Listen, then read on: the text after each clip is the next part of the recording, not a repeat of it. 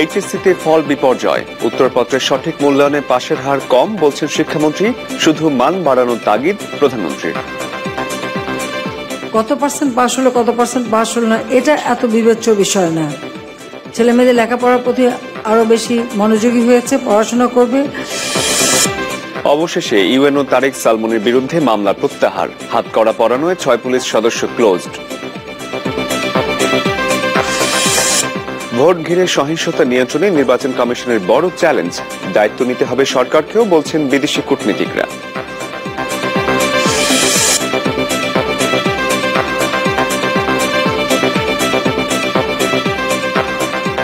আমন্ত্রণ নিউজ 24-এ শুনছিলেন সিলেন্টি শিরোনাম।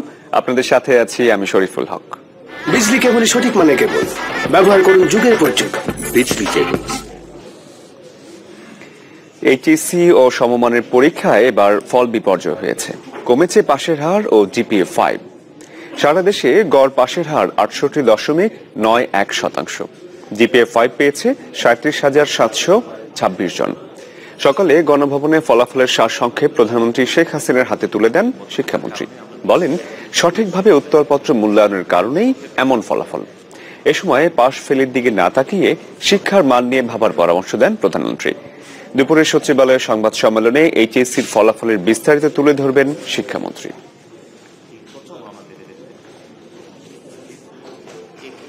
কত পার্সেন্ট পাস হলো কত পার্সেন্ট পাস হলো না এটা এত বিবেচ্য বিষয় না।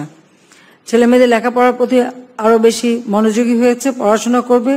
পাস করার জন্য প্রত্যেক ছেলে মেয়ের আন্তরিক প্রচেষ্টা থাকতে হবে এবং ভালোভাবে পড়তে হবে, পড়াশোনায় মন দিতে হবে। এইবার পাস করেছে মোট এই 10 বোর্ডে 8,01,711 জন, যেটা গত বছর পাস করেছিল 8,99,150 জন।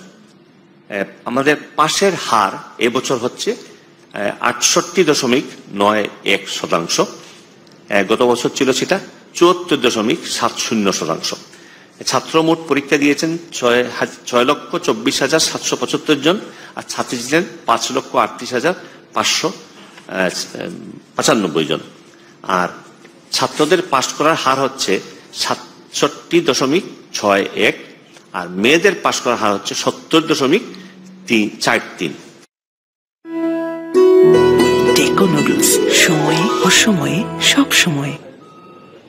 দর্শক, রাজধানীর Viqarunnisa Noon school and college থেকে এই মুহূর্তে আমাদের সাথে সরাসরি যোগ দিচ্ছেন সহকর্মী জিনিয়া কবির সূচনা।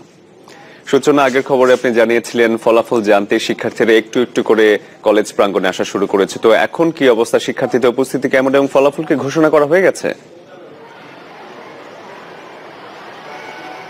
শরীফ, হ্যাঁ, ফলাফল ঘোষণা করা হয়ে গেছে, কিন্তু শিক্ষা প্রতিষ্ঠানগুলোতে কিন্তু এখনো এসে পৌঁছেনি। এবং আমি আছি ভিকারুননিসা নূন স্কুল অ্যান্ড কলেজে, এবং এখানে কিন্তু বরাবরের মতোই প্রত্যাশা অনুযায়ী ভালো ফলাফল করবে এমনটাই প্রত্যাশা ছিল শিক্ষার্থীদের। এবং তাদের কাছে এখন আনুষ্ঠানিকভাবে ফলাফল না এসে পৌঁছলে অনেকেই কিন্তু SMS এর মাধ্যমে পেয়ে গেছেন, এবং এই কারণেই কিন্তু তারা উচ্ছ্বাস করছেন। এবং আপনি যেমনটি দেখতে পাচ্ছেন যে Viqarunnisa Noon school and college তাদের যে ধারাবাহিকতা, তাদের উদযাপনের যে ধারাবাহিকতা, ব্যান্ড বাজিয়ে এবং নিজেরা উৎসব করে কিন্তু তারা এই ফলাফল নিয়ে আনন্দ করছেন। এবং আপনি দেখতে পাচ্ছেন ভিকারুননিসা নূন স্কুল অ্যান্ড কলেজের যে পুরো মাঠটা, সেটা জুড়েই কিন্তু শিক্ষার্থীরা রয়েছে, কোনো অভিভাবকও রয়েছে। এবং এই যে উদ্বেগ উৎকণ্ঠার পরে আসলে এই যে তারা যে ফলাফল পেয়েছেন, আনুষ্ঠানিকভাবে না এসে পৌঁছলেও যারা ফলাফল পেয়ে গেছেন SMS এর মাধ্যমে বা মোবাইলের মাধ্যমে, তারা কিন্তু খুশিতে মেতে উঠেছেন। এবং আপনি দেখতে পাচ্ছেন যে তারা আনন্দে মেতে উঠেছেন। এবং বরাবরই আসলে ভিকারুননিসা নূন কলেজের থেকে প্রত্যাশা থাকে যে তারা ভালো ফলাফল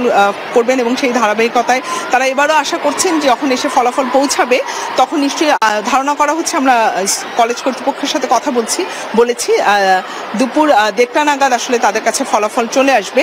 কিন্তু তার আগেই যেসব শিক্ষার্থীরা পেয়ে গেছে এবং যারা পায়নি তাদেরও আসলে প্রত্যাশা রয়েছে যে তারা ভালো ফলাফলই করবে।